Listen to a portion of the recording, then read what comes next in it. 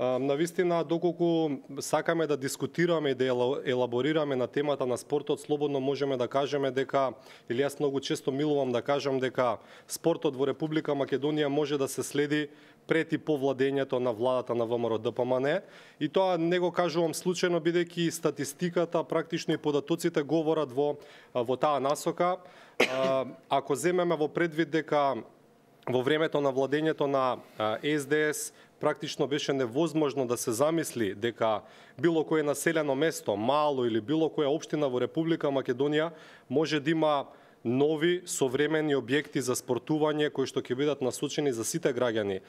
на Република Македонија, меѓутоа истовремено може да бидат ставени во функција на развој на врвниот спорт преку овозможување на спортски активности за поддршка на професионалните спортисти. Денеска, после десетина години од владењето на владата на ВМРО-ДПМН, сликата е сосема поразлична. Практично и да не постои населено место, да не постои општина во Република Македонија каде што не е инвестирано во делот на подобрување на постоечката и во изградба на нова спортска инфраструктура. И тоа не го говорам случајно, бидејќи според нашите анализи, според нашите статистики во Агенцијата за млади и спорт, која што е една од институциите која што директно беше задолжена за подобрување на спортската инфраструктура во Република Македонија, само во последниве десетина години инвестирани и изградени се вкупно 268 спортски објекти на целата територија на Република Македонија, нешто што не беше замисливо во претходното владење на СДСМ, па дури не беше замисливо ни во претходните 50 години од поранешната Југословенска република, СФРЈ. Самото по себе кажува дека владата предводена од ВМРО-ДПМН навистина се грижи за развојот пред се на масовниот, но истовремено и за развојот на врвниот спорт во нашата земја. Во многу прилики во минатото сум кажувал и сум цитирал дека преку реализацијата на проектите во делот на спортската инфраструктура навистина овозможуваме максимални услови за спортски развој не само на младите луѓе, туку истовремено овозможуваме на сите граѓани рекреативно да спортуваат. И не случајно некаде во 2006-2007 година, кога дојде владата на ВМРО-ДПМН на власт, практично започна да ги реализира оние капитални спортски објекти кои што во јавноста се многу добро познати. Започнавме секако со реализација најпрви на проектите за изградба на 35 спортски сали на целата територија на Република Македонија, но тука не застанавме. Не само што ги изградивме 35, односно вкупно 37 само преку Агенцијата за млади и спорт, и Министерството за образование и наука исто така се вклучи во акцијата за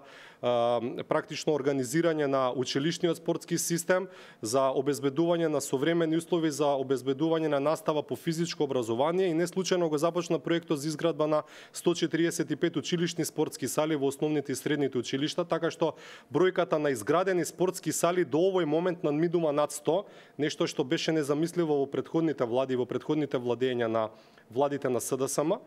Потоа продолживме со изградба на 50 фудбалски игралишта, проект кој што беше целосно завршен. Сите овие фудбалски игралишта беа ставени во функција на општините, истите почнаа масовно да се користат од локалните фудбалски клубови. Продолживме со реализација на проектот за изградба на 100 повеќе наменски малски игралишта, каде што досега од вкупно 100 предвидени, вкупно 71 повеќе наменско спортско игралиште е завршено и е ставено во функција. А во насока на доближување на белиот спорт до граѓаните, односно до тенисот, од првите предвидени 100 тениски игралишта реализиравме досега вкупно 89, но таа бројка ја зголемивме за нови 120,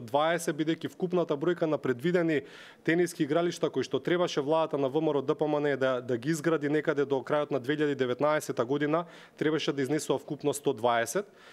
И не случајно практично инвестиравме во делот на подобрување на спортската инфраструктура, бидејќи знаете, за да можеме да имаме успешен, професионален и врвен спорт, неопходно е да се обезбедат според мене 3 основни столба. Првиот столб е капиталната спортска инфраструктура, значи објектите за спорт кои што треба да представуваат основна база за развој и на масовниот, и на рекреативниот, и на врвниот спорт. Втората база е масовноста, да ги стимулираме младите луѓе пред се масовно да спортуваат, да ги користат овие спортски објекти. И третиот сегмент или третиот столб кој што треба да овозможи подобар спортски развој на една држава е секако вложувањето во стручните кадри, односно вложувањето во тренерите, во спортските работници кои што професионално треба да се занимаваат со спортски активности, практично да ги едуцираат младите категории за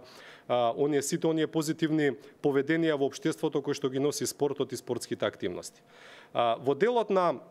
поддршката на националните спортски федерации, во делот на поддршката на спортските работници кои што директно беа вклучени во спортот, можам да слободно да кажам дека владата предводена од ВМРО ДПМН направи револуционерен исчекор, особено во делот на поддршката и валоризацијата на спортските успеси на оние спортисти кои што веќе ја имаат промовирано Република Македонија на меѓународната спортска сцена. И токму поради тоа, од година во година се зголемуваат бројот на стипендии кои што ги доделуваме на врвните спортисти кои што ќе остварат врвни спортски резултати на меѓународната спортска сцена. Секоја година, почнувајќи од 2008 година, започнавме со доделување на 500 стипендии за млади и талентирани спортисти, популарно наречената стипендија спортска надеж, каде 500 млади луѓе секоја година добиваат во некаде по просек околу 700 евро, односно преку 44.000 денари, бидејќи 10 месеци добиваат по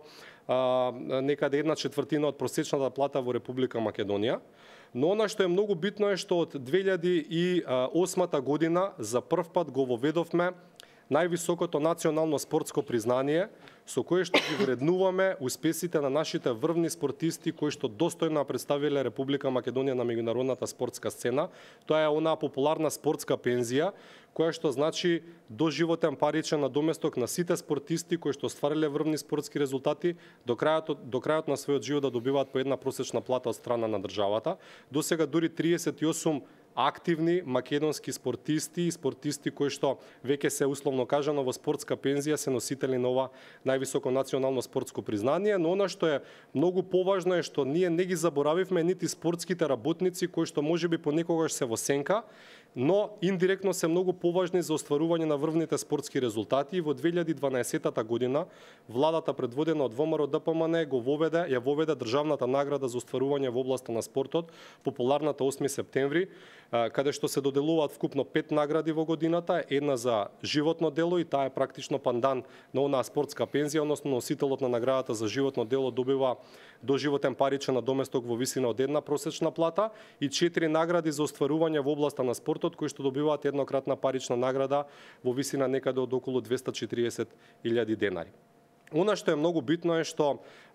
ние се водевме од девизата дека спортот не е и не смее да биде привилегија само на одбраните, нешто што беше девиза на претходното владење на СДС, бидејќи ако може да забележите дека во владењето на СДС практично само одбраните луѓе имаа можност да спортуваат по навистина високи цени за спортување во лимитиран број на клубови кои што можеа да пружат вистинска професионална спортска дејност. Денеска со новите измени во Законот за игрите на среќа и во Законот за данокот на добивка практично овозможуваме сите професионални спортски клубови, националните спортски федерации едноставно да го промовираат спортскиот и здрав начин на живот, да привлекуваат што е можно повеќе млади луѓе да се бават со спортски активности, но она што е уште поважно е професионалните спортски клубови да нижат врвни спортски резултати на меѓународната спортска сцена. Тоа е и во делот на клупскиот спортски успех и во делот на репрезентативниот спортски успех, бидејќи можевме во изминатите 10 години да посведочиме на навистина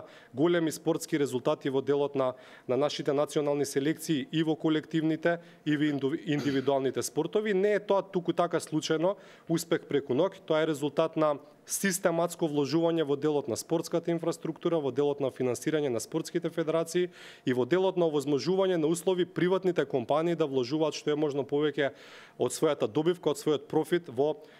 професионалните спортски клубови. Токму поради тоа во изминатите неколку години, пред се од изминатата година, некаде од октомври месец, направивме драстични промени во Законот за игрите на среќа, каде што овозможивме дополнителен профит, дополнителна добивка да се слева на сметка на Агенцијата за млади и спорт и тоа да биде трансферирано до националните спортски федерации. Замислете, ако во изминатите 20 и кусур години во просек буџетот на Агенцијата за млади и спорт се движел некаде помеѓу 700.000 евра и 1.000.000 евра годишно, денеска само со новите стабилни извори на финансирање на Агенцијата за млади и спорт, кои што се преку добивката од страна на приредувачите на игри на среќа, односно со измените во Законот за игрите на среќа, 3% од добивката на кладилниците и 1,5% од добивката на автомат клубовите на месечна основа се слеваат на посебна донаторска сметка на Агенцијата за млади и спорт и истите се трансферираат до националните спортски федерации.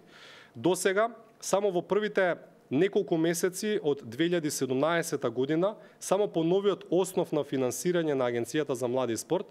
некаде се финансирани преку 50 национални спортски федерации со преку 1,5 милиони евра од новиот извор на финансирање на Агенцијата за млади и спорт и од редовните буџетски средства. Така што,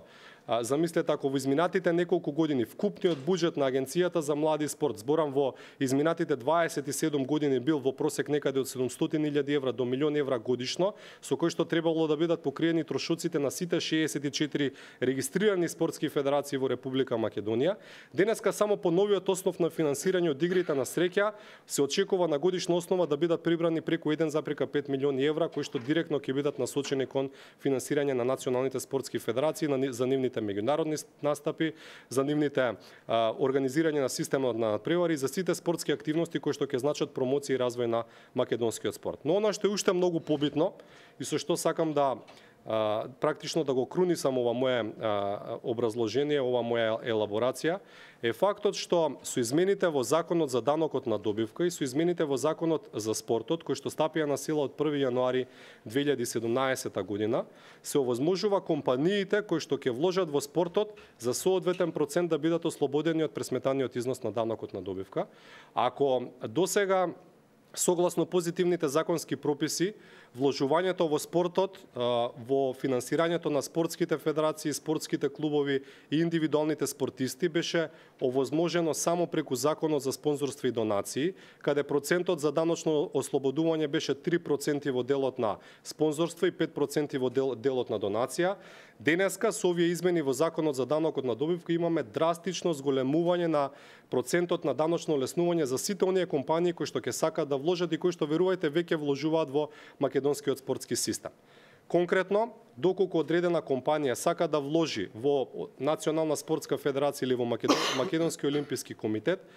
може да добие дури 40% даночно олеснување од пресметаниот износ на данокот на добивка. За вложување во фудбалски клуб, процентот на даночно олеснување е дури 50%. За вложување во кошаркарски и ракометен клуб, даночното олеснување е исто така 40%, а за вложување во спортски клуб кој што учествува во организиран систем на надпревари, даночното олеснување ќе биде дури 35%. Основните критериуми кои што клубовите, односно спортските федерации мора да ги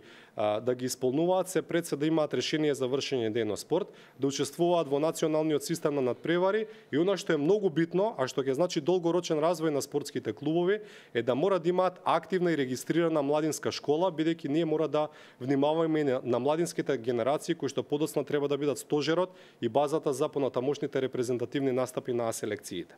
Она што е многу битно е што бенефит од овие законски измени ќе имаат и индивидуалните спортисти, бидејќи за вложување на компанија и за поддршка на индивидуален спортист во олимписките спортови, компанијата ќе биде ослободена во висина од 10% од пресметаниот износ на данокот на добивка, додека пак за вложување во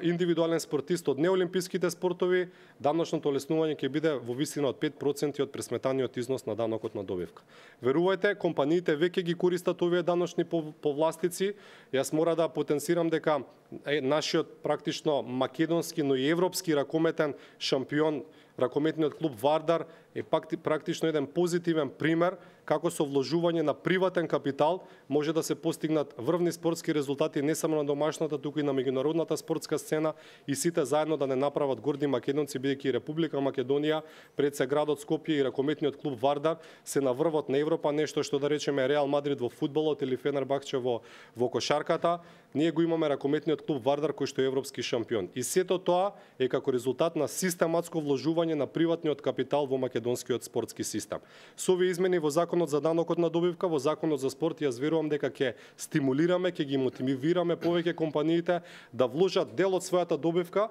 односно од оној доход кој што треба да го платат како данок на добивка во македонскиот спортски систем и секако за тоа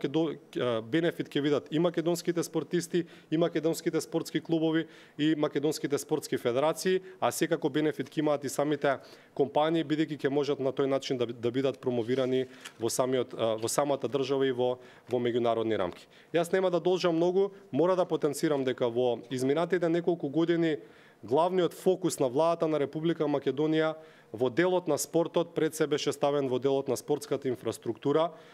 Само во последните 10 години, ќе повторам уште еднаш, се вложени некаде преку 43 милиони евра само како буџет на Агенцијата за млади спорт за изградба на вкупно 268 спортски објекти. Тука секако не влегуваат ни спортскиот центар Борис Трајковски, нити пак националната арена Филип II Македонски, која што годинава исто така благодарение на владата предводена од ВМРО ДПМН, одличната соработка која што имаме со градот Скопје и која што имавме со фудбалската федерација на Македонија, придонесе да бидеме домаќини на уште еден спортски спектакл на 8 август оваа година, кога градот Скопје и националната арена Филип II ќе бидат домаќини на Европскиот суперкуп во организација на УЕФА, и сето тоа е резултат на систематската поддршка и подготвеноста на владата на ВМРО ДПМН, долготрајно, макотрпно да работи, да инвестира во делот на спортот, и секако резултатите веќе се видливи. Ви благодарам.